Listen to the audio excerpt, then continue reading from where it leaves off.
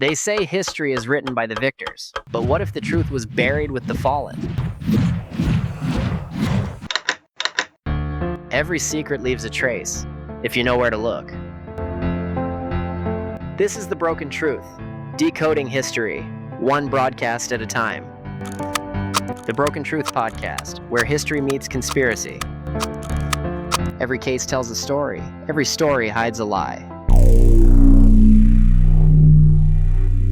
A war had ended, but the world did not feel safer. Cities lay in ruin, nations in shock, and a silence hung over Europe that felt less like peace, and more like a breath being held. Under that silence, something moved. Not the soldiers marching home, not the prisoners walking out of camps, not the politicians drafting treaties or rebuilding governments, no. This movement happened underground, in the shadows, in abandoned laboratories, in bombed-out factories, whose walls still smelled like death in the minds of men who had served a regime the world agreed should never rise again. The men in question were not generals. They were not tank commanders. They were not SS guards. They were scientists, rocket engineers, surgeons, physicists, chemists, aerodynamicists, psychologists, intelligence specialists, the brains of the Nazi war machine. And as Germany fell, these men realized something. Their knowledge was too valuable for the world to ignore. They had built the technologies Hitler believed would secure a 1,000-year Reich, missiles that outran sound, jet fighters that defied physics, medical experiments that crossed every ethical line ever drawn, and research into mind control, biological weapons, and advanced propulsion that was decades ahead of the Allies. These men knew their war crimes were unforgivable, but they also knew their expertise was irresistible. To the United States, to the Soviet Union, to anyone who wanted the future. So as the world celebrated victory, the real war began.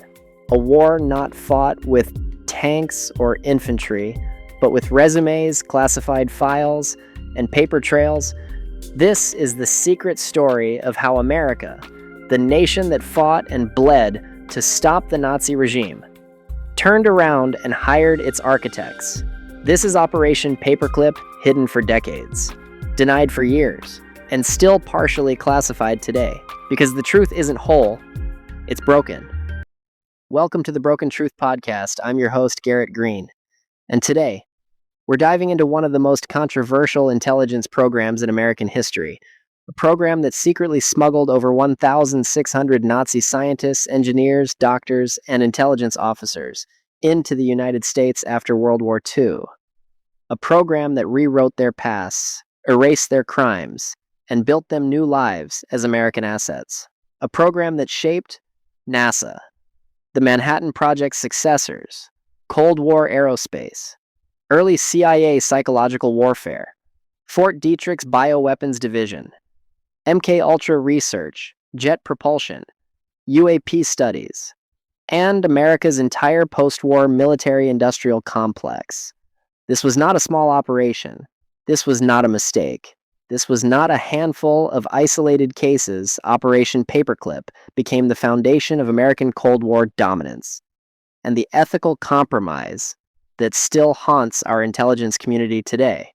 So buckle up, because to understand America's rise to scientific supremacy, you must first understand the men we brought here. The war didn't end in 1945.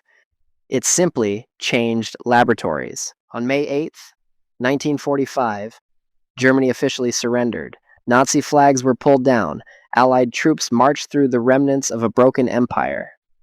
Hitler was dead. The SS was disbanded. The camps were liberated. For the average soldier, the war was over. But for American intelligence officers, the war had entered its most dangerous stage, because everyone understood one thing clearly.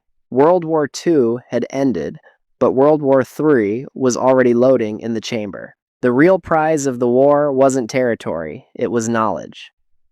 The United States and the Soviet Union were not racing to occupy farmland or factories. They were racing to capture intellectual capital, the scientists, The engineers. The minds behind the weapons that almost changed the course of history. The Hitler's regime was monstrous, but its scientific community was terrifyingly advanced. Germany had pioneered the first long-range ballistic missile, the first operational jet fighter, early night vision devices, innovative chemical weapons, advanced aerodynamics, groundbreaking rocketry, cutting-edge medicine, ethical atrocities included, early experimental propulsion concepts, psychological interrogation models, intelligence data systems decades ahead of others. The Allies knew this, the Soviets knew this, and the scientists themselves knew this. So when Germany collapsed, something fascinating and extremely dangerous happened. The scientists began turning themselves in to whoever would take them. Many destroyed evidence of their crimes. They burned lab notebooks, they forged documents, they hid SS uniforms, they wrote glowing self-evaluations, and then they did something unprecedented. They surrendered selectively. Some surrendered to American troops in Bavaria, posing as innocent engineers. Some walked into British custody and handed over documents. Some trekked across war-torn landscapes to reach U.S. lines. A few even left notes on their laboratories saying, "Please treat equipment carefully. I come in peace." These men understood the geopolitical landscape better than most generals. If they fell into Soviet hands, they'd be interrogated brutally and put to work under threat. If they fell into American hands, they might get freedom. A house, a salary, a new passport, a clean slate. And unbelievably, they were right. Operation Overcast. The first draft of Paperclip. In the final months of the war, the U.S. Joint Intelligence Objectives Agency, JIOA, quietly circulated a classified memo. It stated that the U.S. must deny German specialists and scientists to the Soviet Union, regardless of their past. This was the birth of Operation Overcast. Its purpose was simple: take the scientists before the Soviets could. But the scope widened quickly. By mid-1945, the operation expanded beyond simple capture. It became an acquisition, a recruitment, a negotiation, a scientific gold rush, and within months, Overcast evolved into a new program with a new code name, Operation Paperclip, named after the paperclips used to attach new, sanitized files to scientist dossiers, files that magically erased Nazi affiliations, SS service, and human rights atrocities. The war was over, but the clock was ticking. When American troops captured Germany's Mittelwerk rocket facility, they found something astonishing. Thousands of documents, blueprints, prototypes, half-finished rockets. And most importantly, the men who built them. The V-2 rocket program was decades ahead of anything the United States possessed. In fact, American analysts estimated it would take 10 to 15 years to replicate the technology from scratch. The Soviets found the same thing Stalin wanted the rocket scientists. Badly. Cold War intelligence reports say he was willing to exchange prisoners, military equipment, even political concessions to obtain German engineers. And so, a frantic race began. Opposite teams. Same playbook, Soviet SMERSH teams roamed the East hunting scientists like predators. American OSS and Army intelligence hunted them from the West. Sometimes they reached a town days apart, sometimes hours. In some cases, the Soviets captured a scientist, only for the US to kidnap the same man weeks later. In other cases, the Soviets took the lab, but the Americans took the scientists. In still others, both sides took different members of the same research group. It was chaotic, complicated, and one of the strangest recruiting competitions in modern history. Scientists were bargaining chips, and the nations were desperate. One reality became clear: the nation that secured the Nazi scientific community would control the future. Missiles, jets, space exploration, nuclear delivery systems, biological programs, chemical warfare, intelligence psychology, advanced propulsion, Cold War deterrence. Germany's scientific elite held the keys to all of it, and both superpowers were willing to compromise everything to get them. The moral dilemma begins. Many of these scientists were deeply complicit in Nazi crimes. Werner von Braun used concentration camp labor. Hubertus Strughold oversaw experiments on prisoners. Dr. Schreiber worked on biological warfare. Others had conducted aviation trials on inmates, chemical exposure tests, and mind-altering interrogations. The ethical question should have been simple. Do not bring them to America. Prosecute them for crimes. Follow the Nuremberg principles. But intelligence officers argued, if we don't take them, the Soviets will.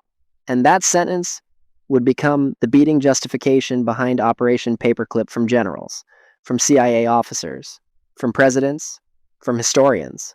And so, the line between justice and national interest evaporated, and the doors opened. The United States began importing Nazi scientists, first dozens, then hundreds, then over 1,600 in total. They were placed in Fort Bliss, Wright-Patterson Air Force Base, White Sands Proving Ground, Redstone Arsenal, Fort Detrick, CIA Research Labs, early NASA centers, New Mexico testing ranges, private defense contractors, aerospace firms.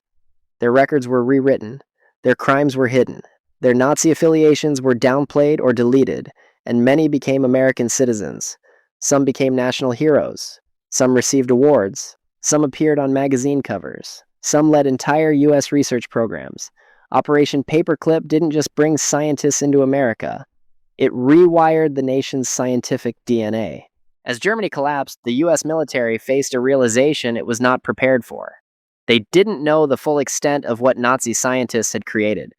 There were rumors, intercepted communications, fragmented testimonies from prisoners and captured officers, reports from liberated camps, engine components recovered from crash sites, blueprints found in abandoned facilities.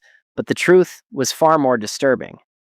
The United States had underestimated Germany's technological capabilities throughout the entire war. This wasn't hindsight talking.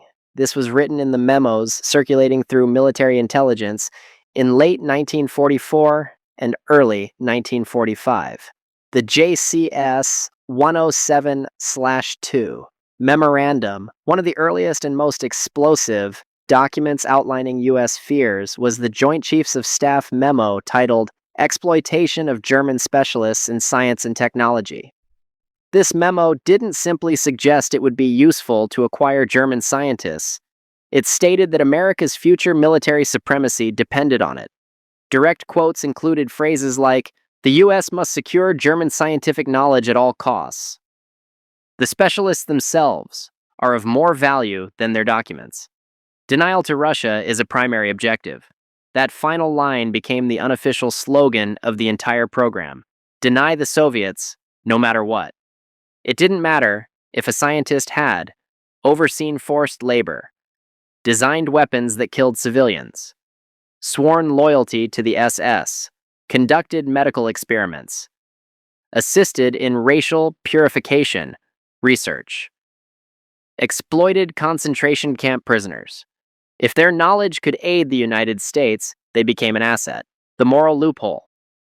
At first, the U.S. State Department resisted. They were responsible for issuing visas, and they didn't want Nazi Party members entering America. The War Department disagreed. The result? A quiet bureaucratic workaround scientists would be brought over on temporary military contracts. No passports, no visas, no immigration review. They weren't technically entering the United States in civilian status. They were property of the U.S. military, a legal fiction. This paperclips. So why the name? When the JIOA began rewriting dossiers, they attached sanitized biographies to the front of the real, incriminating files they were clipped on, with literal paperclips. The clipped pages hid SS memberships, Sturmabteilung affiliations, torture-related experiments, forced labor oversight, actions taken at Mittelbau Dora, participation in racial science programs, connections to Mengele and Himmler, early bioweapons research, development of nerve agents. The paperclip became the symbol of the new identity. This was no accident. It was deliberate. The priority list. By mid-1945, the U.S. created a list of high-value targets they needed to capture. The list included rocket engineers, aerodynamicists, jet propulsion experts, chemists specializing in nerve agents, physiologists familiar with extreme environments, intelligence and interrogation specialists, doctors tied to aviation medicine, electronics and guidance system engineers, special weapons designers. The Americans weren't trying to purge Nazi science, they were trying to absorb it. The competition heats up. By summer 1945, Soviet forces had already captured the V-2 production lines, many engineers, key documents, parts of Mittelwerk, several intelligence officers, components of advanced aircraft. The Soviets also captured German rocket test sites intact. Stalin personally ordered his teams, "Bring me the scientists, burn the rest." Meanwhile, US intelligence scrambled to extract the most valuable assets before the Russians could seize them. The doubters, not everyone, supported the plan. General Dwight D. Eisenhower himself initially opposed importing Nazi scientists. He believed justice came first, but the engineers running missile development warned him, if the Russians take them, they will surpass us technologically. Within months, Eisenhower softened, and Operation Paperclip expanded dramatically. The public couldn't know this was the most vital part. The American public had just learned the full horrors of Auschwitz, Buchenwald, Dachau, and Ravensbrück. If the public discovered the US was hiring Nazi war criminals, the political backlash would have been catastrophic. So Paperclip operated in absolute secrecy. And behind that secrecy, the scientists began arriving. They were transported quietly, given quarters on US military bases, allowed to continue their research, some even reunited with their families later. The message was clear. Your past has been erased, your future is now ours. If Operation Paperclip had a poster child, it would be Wernher von Braun, a brilliant engineer, a visionary thinker, a gifted communicator, and an unquestionable opportunist. But to understand von Braun's importance, you need to understand the world he came from. The V-2, a weapon from the future. The V-2 rocket was unlike anything humanity had ever seen. It was the first ballistic missile, the first human-made object to reach the edge of space, a weapon faster than the speed of sound, impossible to intercept, launched from mobile platforms, built in underground factories, engineered with terrifying precision.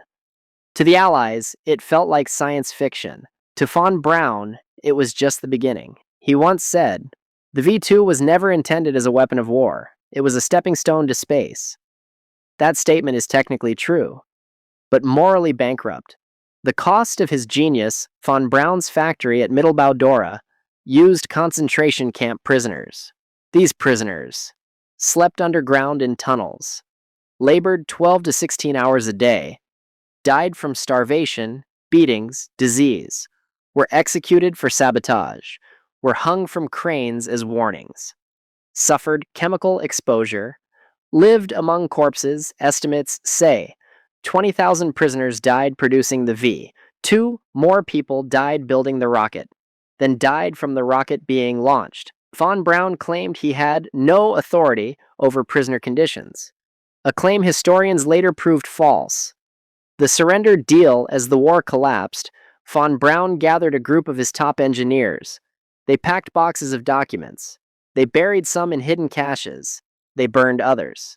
And then they made their move. They decided to surrender not to Hitler, not to the SS, not to the local German command. They surrendered to the Americans. This was not an act of desperation. It was an act of strategy. Von Braun is quoted as telling his team, "We must choose our new masters." And they did. The Americans knew exactly who they were getting. When U.S. intelligence officers reported von Braun's surrender, Washington reacted immediately. He was placed on the highest priority list. His crimes were noted, then promptly ignored. His SS membership was removed from public record. The darker elements of his dossier were sealed or sanitized. General Holger Toftoy, chief of the Army Ordnance Missile Command, famously said, "I don't care if these scientists are Nazis. What matters is they're ours and not the Russians." Operation Paperclip's golden package. Von Braun and his team, over 120 engineers, were transported to the United States. They were given military housing, generous salaries. freedom of movement, new research facilities, contracts lasting years, access to American resources, eventual pathways to citizenship. This wasn't punishment. This was a promotion. Rockets for America. The Von Braun team began working at Fort Bliss, Texas, the White Sands Proving Ground. Later, Redstone Arsenal in Alabama. Within months, the team reconstructed the V-2, launched test rockets, trained American engineers, developed new propulsion systems, experimented with multi-stage rockets, laid the foundation for ICBM research. Von Braun wasn't just contributing, he was leading.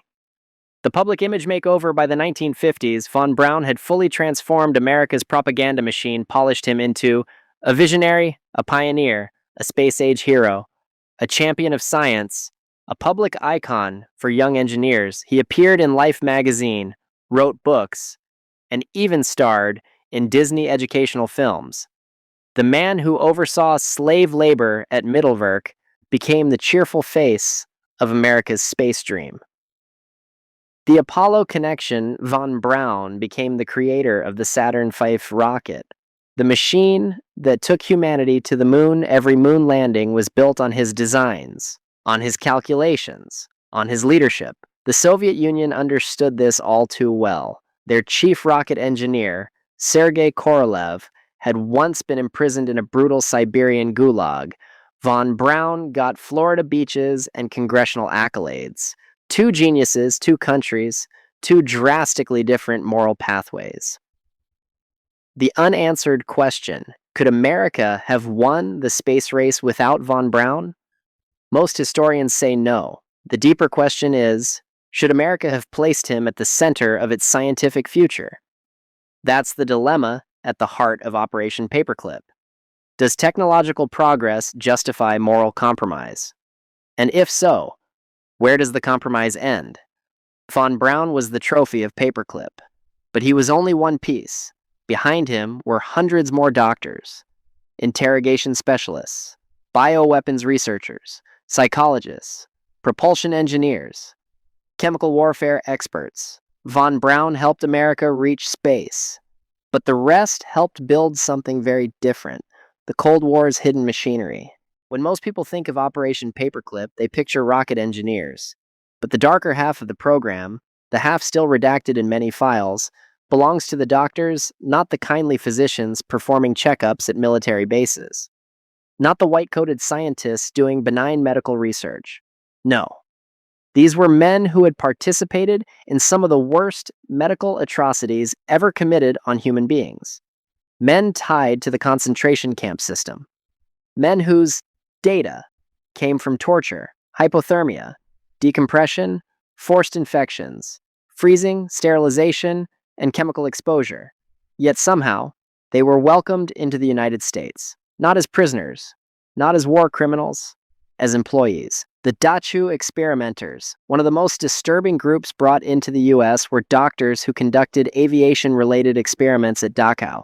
During the war, German pilots had to fly at altitudes that risked hypoxia, frostbite, decompression sickness, and exposure to freezing temperatures.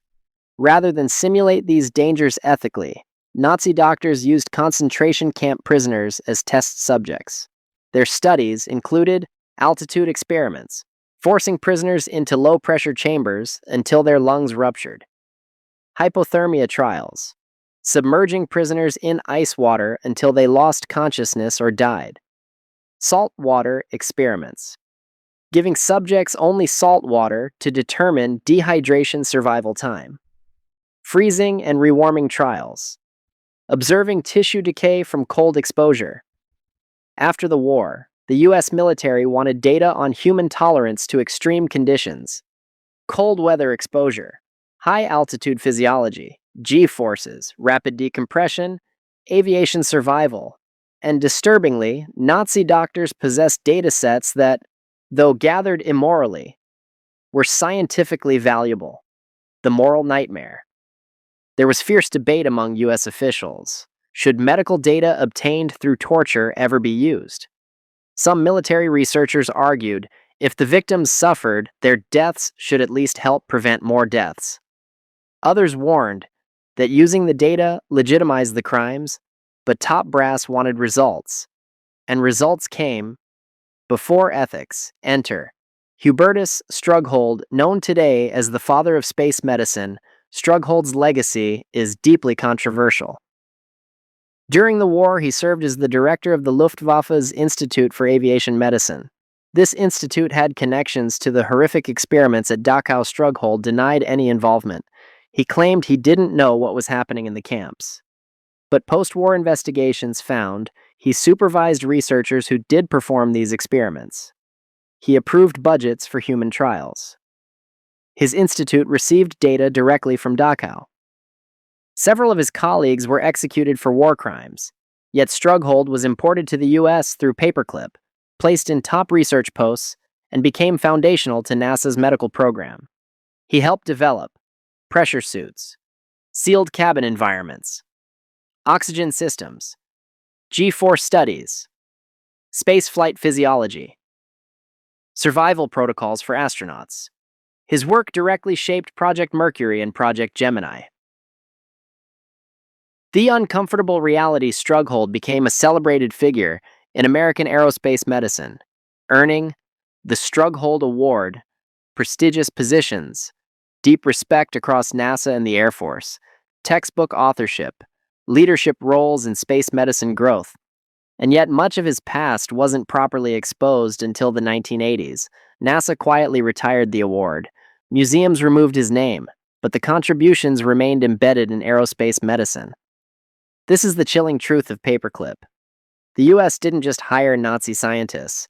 We built entire institutions on the foundation of their research. Dr. Konrad Schaefer, saltwater experiments. Another disturbing case is Dr. Konrad Schaefer. Schaefer was tied to experiments at Dachau that tested methods of making saltwater drinkable. Prisoners were forced to consume only seawater or chemically modified saltwater, leading to dehydration, organ failure, hallucinations, death. The U.S. Navy wanted to know how to keep downed pilots alive at sea, so Schaefer was brought to America. He walked free. He was paid well. He contributed to naval survival programs. Dr. Walter Schreiber, biological warfare research. Schreiber's history is even darker. He was implicated in typhus experiments, spreading infection among prisoners, overseeing biological warfare programs, involvement in forced sterilization initiatives. He was supposed to be tried for war crimes. Instead, the U.S. quietly brought him to Massachusetts to work at a military lab. Eventually, public scrutiny forced his removal, but not before he contributed to early bioweapons research. A pattern emerges. When you study the Paperclip doctors, a pattern becomes painfully clear.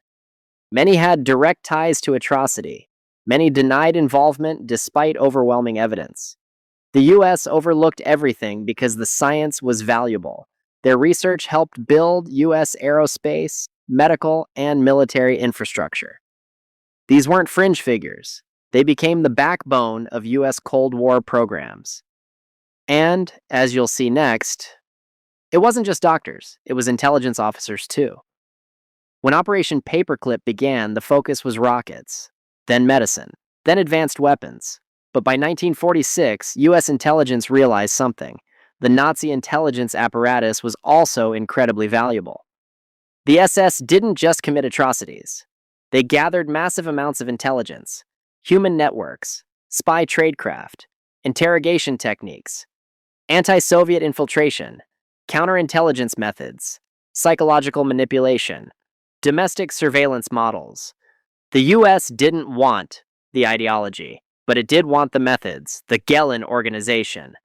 Enter one of the most controversial figures of the entire operation, Reinhard Gehlen, Hitler's chief intelligence officer for the Eastern Front. Gehlen wasn't a scientist. He wasn't a doctor. He wasn't even a strategist in the traditional sense. He was a spy master. And his specialty, Soviet intelligence. Gehlen built networks of informants inside the USSR and Eastern Europe. He analyzed Soviet troop movements. He predicted Stalin's strategies. He had files on thousands of Soviet officers. When the war ended, Gehlen didn't flee. He didn't hide. He planned. Galen's deal with the United States, in one of the most audacious moves in intelligence history, Galen surrendered directly to the Americans, bringing a treasure trove of intelligence with him. Microfilms, maps, coded ledgers, network charts, double agent profiles, Soviet military analyses. He presented a simple proposition: my organization can become your organization. My networks can become your networks. The enemy of my enemy is my friend. And the US took the deal. The birth of US-German intelligence cooperation, Galen's entire intelligence apparatus, the same one that served Hitler, was absorbed into American intelligence. This happened before the CIA even existed. When the CIA was established in 1947, the Galen organization was already functioning as a major intelligence pipeline for the United States. The Galen Org becomes the BND. Eventually, the Galen organization transformed into West Germany's official intelligence agency, the BND, Bundesnachrichtendienst.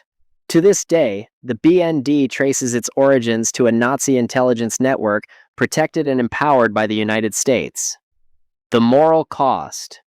The Galen organization included former SS officers, Gestapo agents, intelligence officers with war crime allegations, interrogators familiar with psychological torture, personnel involved in brutal anti-partisan campaigns, collaborators in Eastern Europe.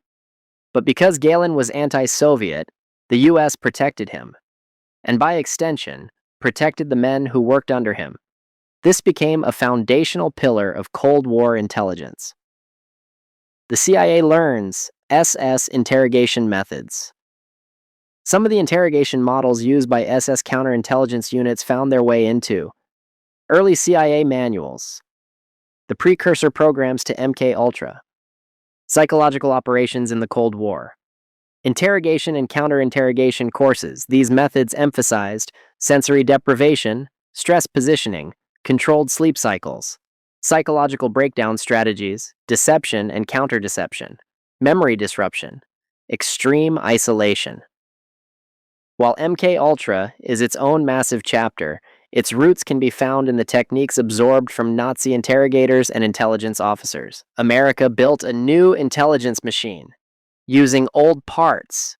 The US didn't just take scientists and doctors, it took intelligence officers, propagandists, infiltration specialists, cryptographers, and counter-espionage experts. Why? Because they were useful. Because they knew the Soviets. Because they understood the clandestine world better than many Americans. And because the Cold War was gearing up faster than anyone expected.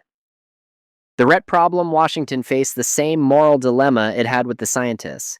If the United States refused to recruit these men, the Soviets would gladly take them. So intelligence officers who once served Hitler now trained CIA staff, built intelligence networks, influenced interrogation manuals, helped shape Cold War surveillance, advised on counterintelligence methods, assisted with early psychological warfare doctrine. The transformation was jarring. Sorry to interrupt your regularly scheduled podcast, but this episode is brought to you by the Broken Truth merch. Support the show. Wear the truth. Official Broken Truth podcast merch is live now. Links in the description. And since you've made it this far in the episode, comment #BrokenTruth and leave us a 5-star review on your favorite platform. Because when you speak up, the algorithm listens. And so does the world. SS officers became consultants. Gestapo interrogators became advisors. Anti-Soviet death squad leaders became assets. Propaganda experts became analysts. America didn't inherit Nazi ideology, but it did inherit Nazi intelligence infrastructure. Operation Paperclip wasn't just about rockets or aerospace medicine. Behind the clean laboratories and ambitious space dreams lurked another agenda, one buried beneath layers of redaction, classification, and Cold War paranoia. The agenda was biological, chemical, lethal, and its heart was Fort Detrick, the U.S. Army's new home for biological warfare research. A place where the government asked a chilling question: what can we learn from the enemy's most unethical science, so that we can use it ourselves? The race for biological superiority. After World War II, intelligence reports revealed something alarming. Nazi Germany had explored biological weapons more deeply than the Allies realized. While not as advanced as their rocket program, their biowarfare research included anthrax weaponization, typhus spread models, glanders and brucellosis testing, cholera experiments, water supply contamination studies, aerosol dispersal systems, infectious disease endurance studies, sterilization agents, chemical and biological, neurotoxin experimentation. Some of this research had been theoretical. Some had been tested on animals. Some had been tested on prisoners. The United States faced a grim reality. If the Germans had explored these ideas, the Soviets might be doing the same. And the US needed to close the gap. Fort Detrick becomes the new front line. Fort Detrick, located in Frederick, Maryland, was originally a small medical facility. After the war, it transformed into one of the most secretive biological hubs in US history. Its mission was clear: develop America's biological weapons arsenal, study enemy techniques, understand delivery systems, explore defensive and offensive capabilities. And who better to help than the men who had already conducted the darkest experiments on Earth? The arrival of paperclip scientists. Several Nazi biologists, chemists, and physicians were quietly transferred into Fort Detrick programs. Their backgrounds included BW research for the Nazi military, sterilization, chemical development, toxic aerosols, nerve agent enhancements, high altitude pathogen behavior, experiments in extreme environmental survival, interrogation enhancing drugs, unwitting subject trials. They were given military access, housing, salaries, new American identities, security clearances, and most importantly, they were given freedom to continue their work. Chemical warfare. The Nazi nerve agents come to America. One of the greatest scientific thefts of Operation Paperclip involved chemical weapons. In 1936, German scientists accidentally discovered tabun, the first nerve agent. Soon after came sarin and later soman, deadly compounds far beyond anything the US had. These nerve agents were invisible, odorless, fast-acting, lethal in minute doses, easy to deploy, difficult to defend against. When the US discovered these compounds, they were stunned. American chemical warfare labs were far behind, so the US imported the German chemists who invented them. Dr. Otto Ambros, Hitler's chemical master. Ambros was one of the most infamous chemical scientists of the Third Reich. He oversaw factories that used forced labor and was convicted at Nuremberg. But after serving only a few years, American intelligence began advocating for his release because his expertise was too valuable to ignore. Ambros later became a consultant to U.S. chemical companies and military programs. The ethical void. U.S. officials justified their decisions with one sentence: the Soviets are studying these compounds too. If the USSR gained an advantage in chemical or biological warfare, the balance of power would shift. And so immoral science became necessary knowledge. Dr. Walter Schreiber and biological warfare. You met him in part 3. The doctor tied to typhus experiments and BW research. But his story at Fort Detrick goes deeper. Documents show he advised aerosolized pathogen dispersal, disease survivability in cold climates, food-water contamination vectors, resistance testing, cross-border spread models. These were not defensive studies. They were offensive strategies. His presence in the U.S. program was so controversial that when it became public, he was relocated to Argentina under government supervision. Quietly, discreetly, with minimal explanation. The U.S. wanted results, no matter where they came from. Fort Detrick scientists were asked questions that echoed the darkest days of the war. How much cold can the human body withstand? How does a pathogen react in low-pressure environments? What drugs make a prisoner compliant? What chemicals break down mental resistance? How long can a human survive without oxygen? What toxins can incapacitate without killing? The doctors imported through Paperclip didn't need to guess. They already had data. data obtained through human suffering, and the US wanted that data even if they publicly denied it, even if they sanitized the files, even if they destroyed the paperwork afterward. Paperclip wasn't just about acquiring scientists. It was about absorbing the knowledge America wasn't willing to create itself. By the 1950s, the US scientific and military infrastructure had been reshaped by paperclip scientists, but nowhere were their fingerprints more visible than in the American space program. NASA didn't just include paperclip scientists. NASA was built on them.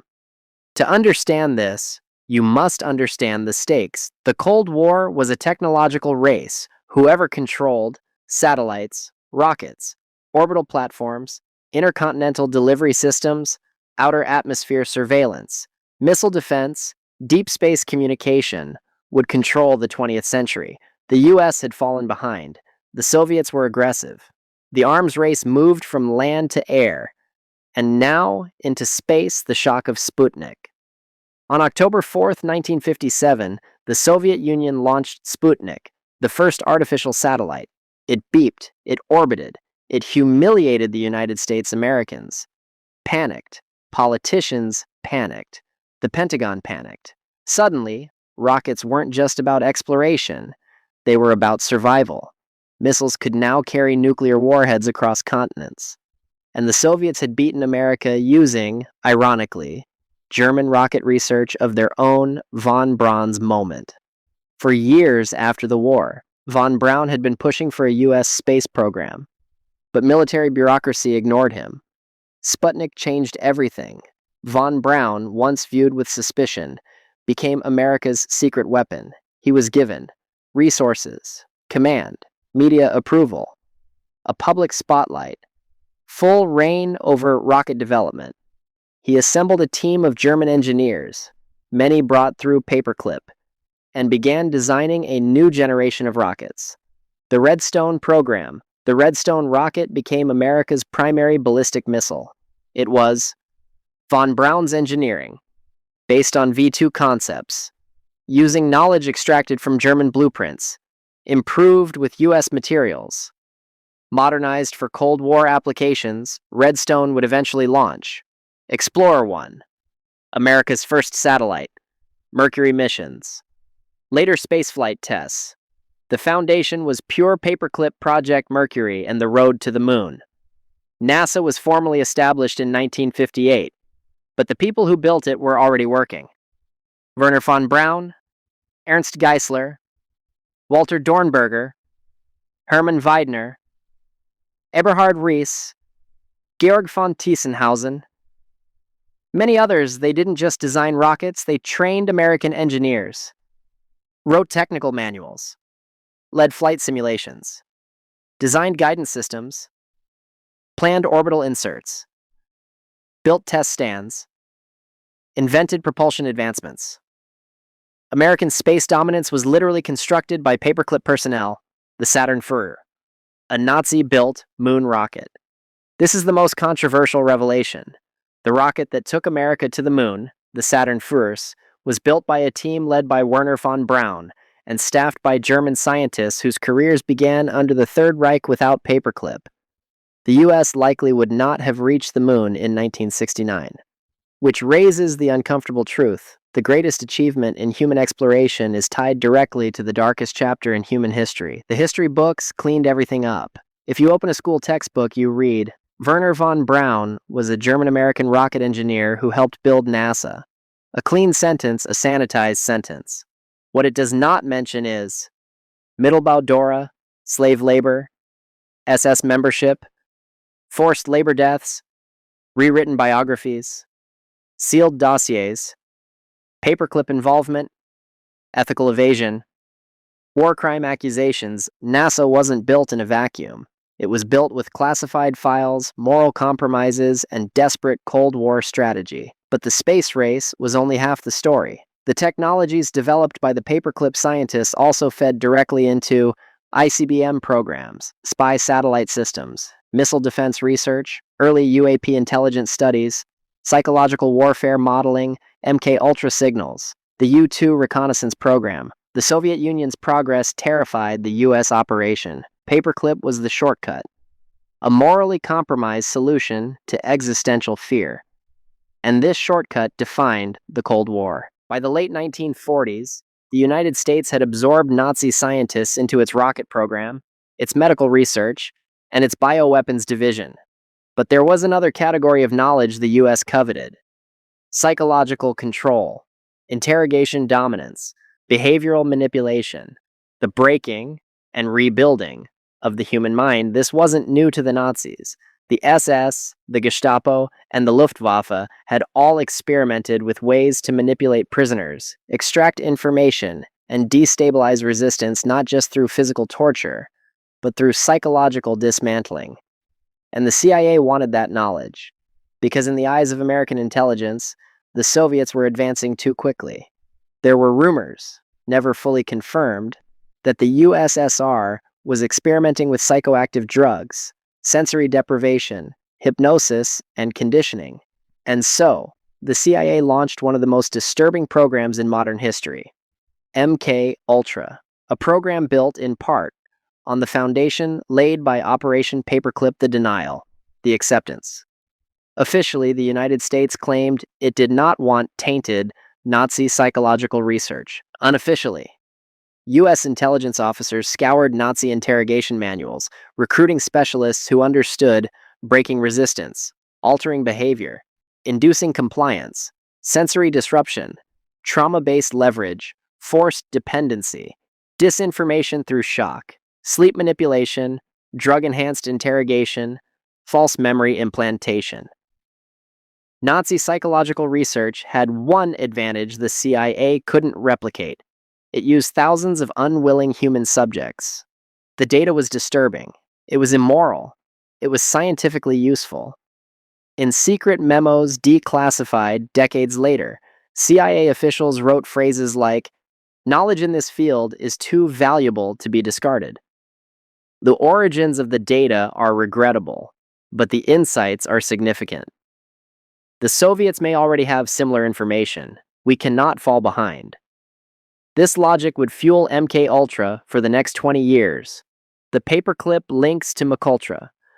Several paperclip doctors and scientists provided briefings or contributed to early thinking around extreme environment stress, hypoxia-induced vulnerability, interrogation under duress, chemical compliance agents, hallucinogenic effects on perception, sensory overload, trauma-induced suggestion, rapid reconditioning, memory disruptors. Although not all were directly assigned to the MKUltra program, their data and methodologies heavily influenced the CIA's approach, particularly Dr. Walter Schreiber, biological agents plus interrogation conditions, Luftwaffe aviation physiologists, hypoxia, decompression, sensory deprivation, chemical warfare experts, nerve agents, incapacitating compounds, former SS interrogation advisors, psychological coercion. MKUltra's mind control goals weren't born from thin air. They were imported, refined, modernized, and buried behind government secrecy. The CIA's obsession with Control MKUltra wasn't just a drug experiment. It was a multi-branch psychological war program. Areas explored included LSD as a compliance tool, hypnosis, electroshock, sensory deprivation, sensory overload, sleep disruption, isolation chambers, fear-induced suggestion, post-hypnotic triggers, personality reconstruction, trauma fracturing, subliminal persuasion, environmental manipulation. One document even mentioned total obliteration of the subject's existing personality. This wasn't science fiction, it was government-funded psychology, and the people who built it were reading from a playbook they hadn't written, but one partially drafted in Nazi intelligence rooms and concentration camp laboratories. The most unsettling question: did paperclip doctors directly participate in MKUltra experiments? The answer is complicated. Some were officially listed as consultants. Some provided theoretical briefings. Some offered expertise based on previous work. Their fingerprints are faint, but they're there. What is undeniable is this: Operation Paperclip provided the unethical scientific foundation that helped shape early CIA psychological warfare. The mindset, the methodology, the willingness to cross moral lines, and MKUltra pushed those lines even further. Because once you justify hiring war criminals to win a war, justifying psychological torture becomes dangerously easy. There is a strange and often ignored intersection between Operation Paperclip and early UAP investigations. Most people think of UFO research as fringe, mysterious, scientific, extraterrestrial speculation. But in the 1940s and 1950s, the US military viewed UAPs through one lens: foreign technology. And who were the world's top experts in advanced aerial technology? The same people America had just imported through Operation Paperclip, the ghosts of Nazi technology. During the war, Allied pilots reported strange German aircraft, disc-shaped prototypes, silent gliders, high-speed fireball orbs, advanced jet interceptors, experimental lifting bodies, anti-aircraft Foo Fighters. Some of these sightings were misinterpretations, some were experimental craft, some remain unexplained. But many American intelligence officers worried. If the Nazis were working on these things in 1943, what were the Soviets working on now? Especially since they captured half the rocket program. This fear shaped the earliest US UFO programs. Project Sign, 1947, created in response to the Kenneth Arnold sightings and dozens of reports from pilots, Project Sign attempted to explain high-speed aerial craft, erratic movement patterns, unknown propulsion systems, objects unaffected by G-forces, metallic disks, glowing spheres, craft with no visible exhaust. One of the most explosive internal documents ever produced under Project Sign was the estimate of the situation. The report that allegedly concluded some UFOs are interplanetary. But here's the part rarely discussed. Paperclip scientists were consulted, not about aliens, but about whether these objects resembled advanced German prototypes, Nazi aerospace concepts, experimental propulsion studies, wartime secret weapons. These scientists had knowledge of liquid fuel rocket anomalies, ramjet concepts, early pulse jets, high-altitude disk research, vertical lift ideas, exotic wing shapes, magnetic propulsion theories explored by fringe engineers. To American intelligence, Paperclip scientists were a priceless reference for identifying foreign technology. And according to archival notes, several German engineers reportedly said, "We had nothing like this," which scared US analysts even more. Project Grudge, 1949. Grudge replaced Sign with a more dismissive tone. Its official stance was essentially, don't panic, ignore everything. But internally, they were terrified, especially after reports from military pilots describing craft with instantaneous acceleration, maneuvers impossible under known physics, objects pacing nuclear facilities, multi-witness radar confirmations, silent propulsion systems, high altitude, high-speed flight without wings, disc-shaped metallic craft, glowing plasma-like spheres. Again, Paperclip engineers were looped in. They were asked, could the Soviets have built this using captured German tech? The answers varied. Some said yes.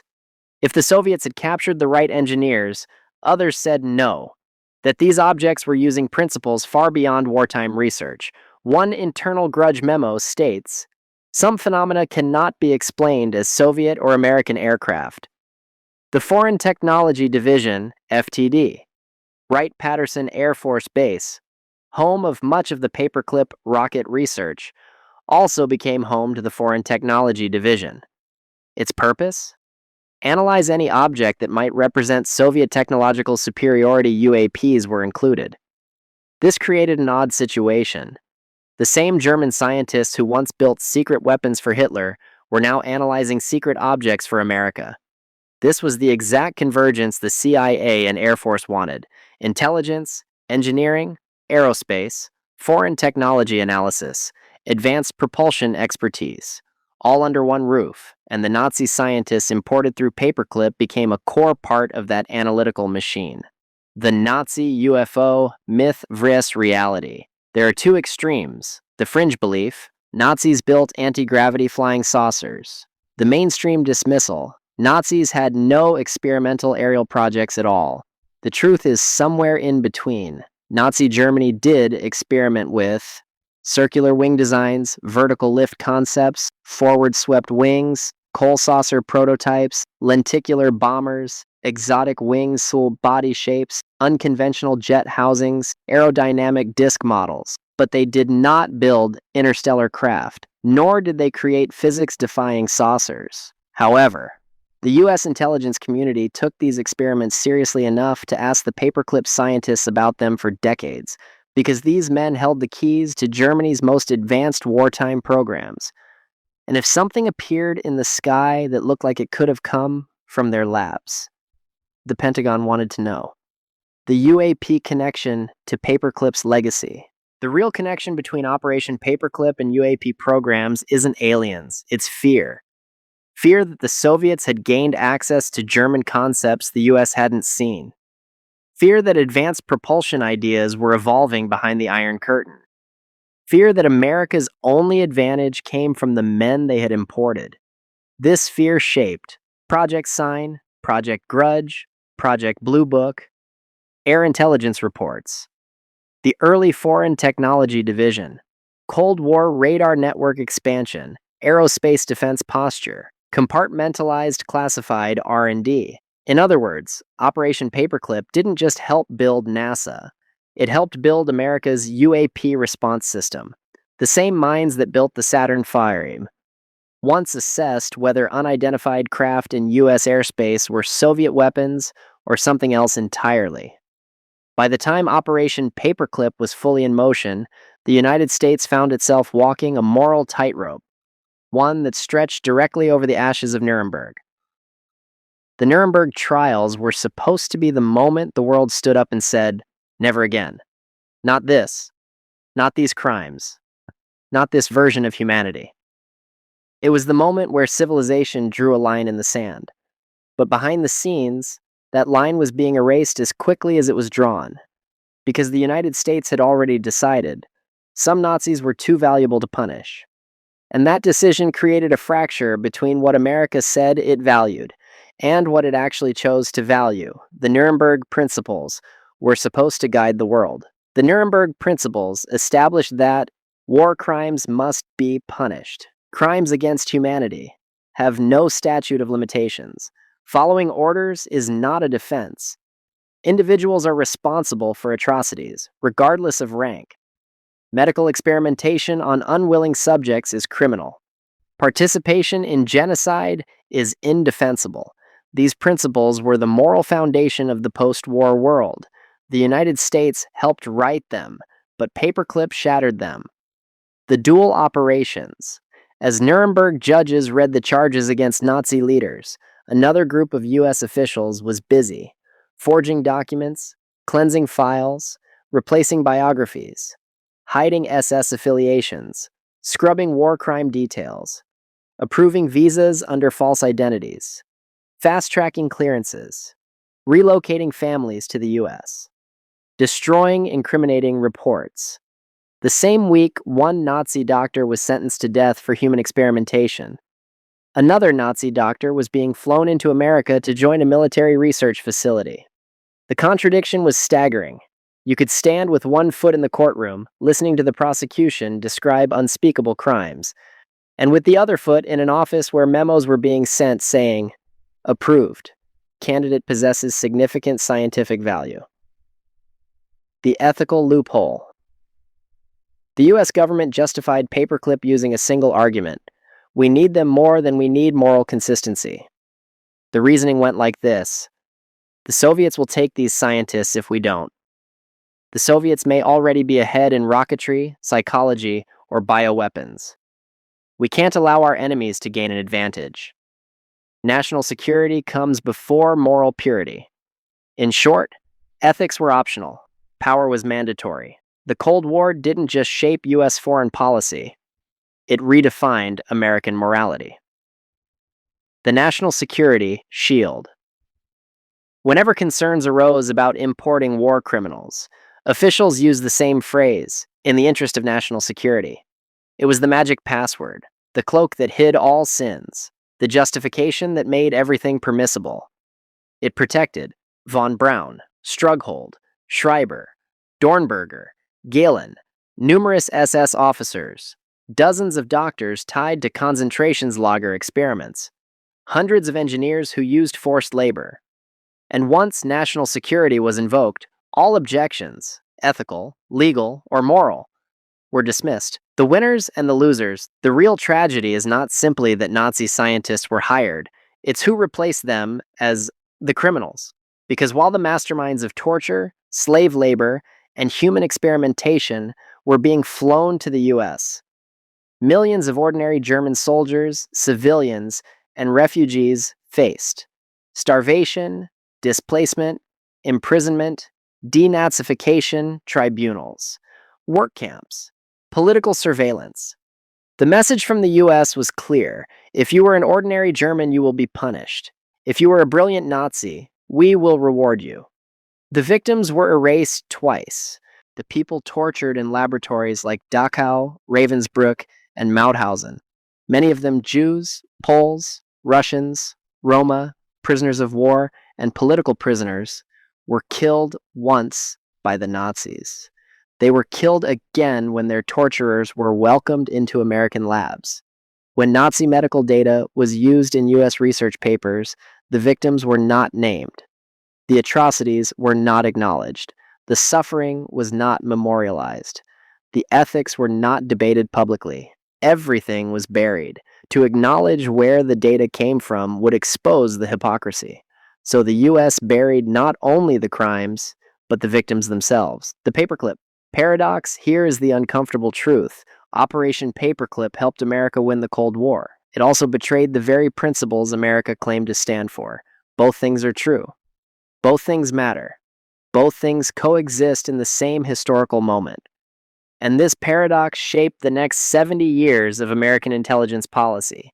Because once you decide that morality can be suspended in the name of national interest, it becomes very easy to justify nearly anything, including the secrecy that followed. For decades, Operation Paperclip wasn't a conspiracy theory. It was a secret. A classified program buried behind redacted memos, falsified personnel files, sealed immigration records, burn bag destruction orders, intelligence compartmentalization, need-to-know access levels, missing archives, lost microfilm, destroyed lab notes, contradictory testimonies. Even today, with documents finally released, the truth remains incomplete. Because Paperclip wasn't just one program. It was several operations stitched together, some of which had different names. Overcast, Surgeon, Lusty, Alsos, Eclipse, Clear Vision, Safe Haven, Osawavia Kim, Soviet equivalent. And the files connected to these operations tell different, sometimes conflicting stories. The early redactions. When the first Paperclip files were reviewed for release in the 1980s and 1990s, archivists were stunned. Entire pages were blacked out, entire memos expunged, entire sections labeled Security Classified, Do Not Release Subject, Foreign Intelligence Sources. Information removed included SS service records, Einsatzgruppen affiliations, camp experimentation reports, interrogation manuals, biological research histories, classified weapons research, post-war CIA contracts, political ties, intelligence assessments. In many cases, the US deliberately removed evidence of war crimes from the files before the scientists were brought into the country. This was not accidental. This was not sloppy paperwork. It was policy. The 1985 GAO report. The Government Accountability Office GAO confirmed what historians suspected. The US knowingly brought in Nazi war criminals. It didn't miss the signs. It didn't overlook the evidence. It intentionally hid it. The report concluded, US officials deliberately altered or concealed information about the backgrounds of Paperclip scientists. Even more disturbing, some scientists' true backgrounds were never fully corrected in official archives. To this day, their files remain partly sanitized. The CIA's role. The CIA frequently appears in the margins of these documents. Review completed, retained classification. Not for public dissemination. Subject involved in covert programs. Information redacted at request of agency counsel. The agency had a vested interest in protecting. Intelligence officers from the Gehlen Organization. Psychological warfare advisors. Interrogation specialists. Chemical weapons scientists. Biological researchers. Cold War propagandists.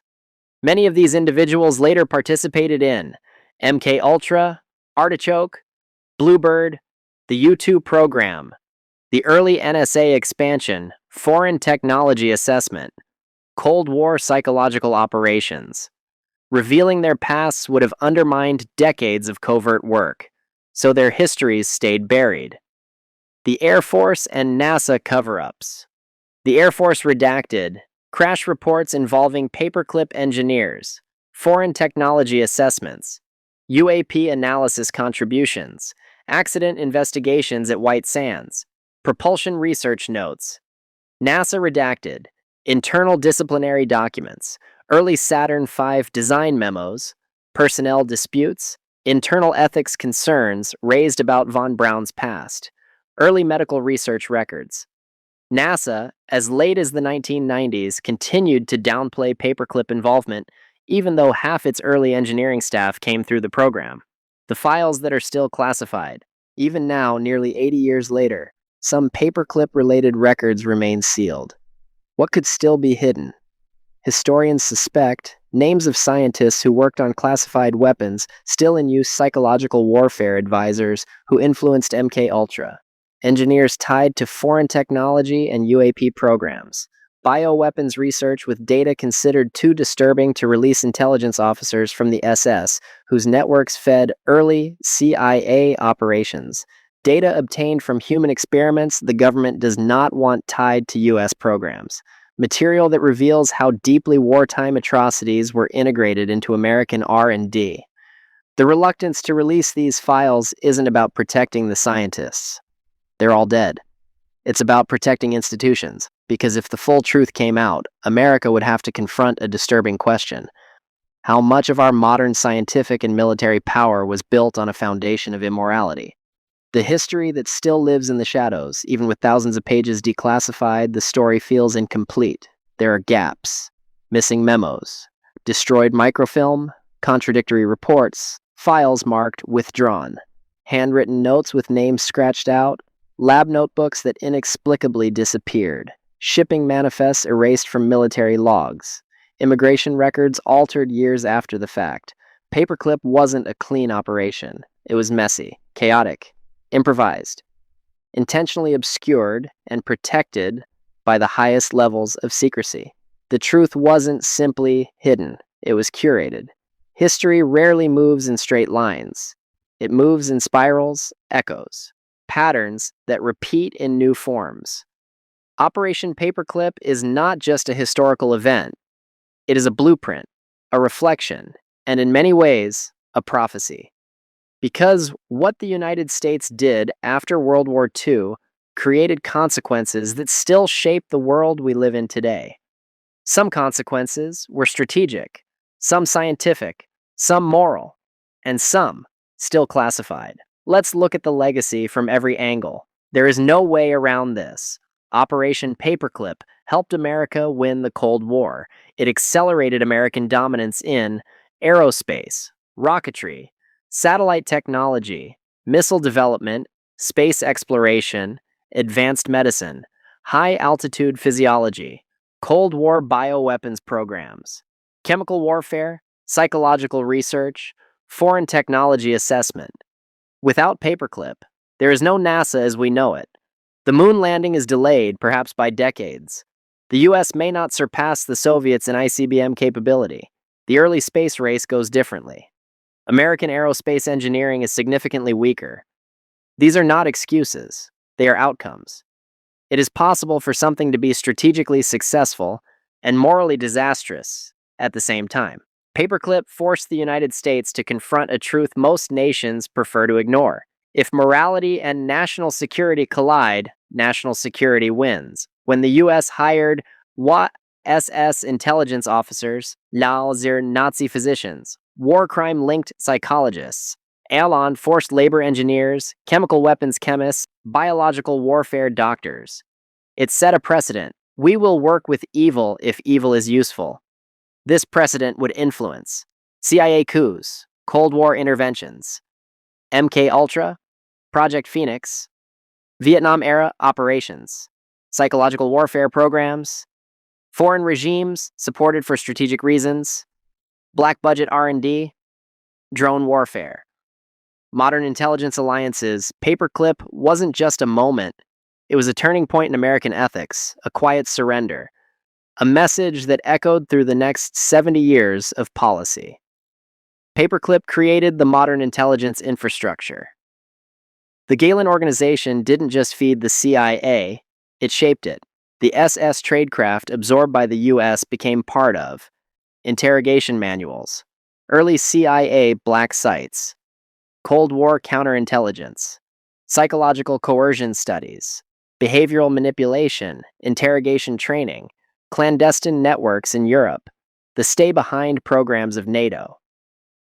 These tactics did not stay in Europe. They migrated to Latin America, to Asia, to the Middle East, to the global war on terror. And behind many of these tactics was an uncomfortable truth. Some originated in the very structure America claimed to defeat. Operation Paperclip also influenced what the US government did not disclose. Because if UAPs, whether foreign or unknown, resembled wartime German designs, admitting their existence would raise questions about technology transfers, Cold War fears, intelligence mistakes, misidentified experimental aircraft, programs hidden behind secrecy, misaligned engineering priorities, what was truly recovered from German labs. In other words, Paperclip contributed to a culture of permanent concealment, a belief that the public must not know, because the truth might undermine trust. That belief persists. There is a human cost rarely discussed in documentaries. The victims of Nazi experiments, those who froze in ice baths, those who suffocated in low-pressure chambers, those who died in V2 tunnels, those who were sterilized without consent, were never honored properly. Their abusers were paid by the United States. Their work was cited in American research. Their data became the backbone of US Cold War science. The victims were erased twice, first by the Nazis, then by the Allies, who hired their torturers. This legacy cannot be overstated. It is the silent cruelty at the center of the Paperclip story. Paperclip created an environment where secrecy became normal. Black projects, compartmentalization, need to know, plausible deniability, budget opacity, intelligence cutouts all emerged during this era.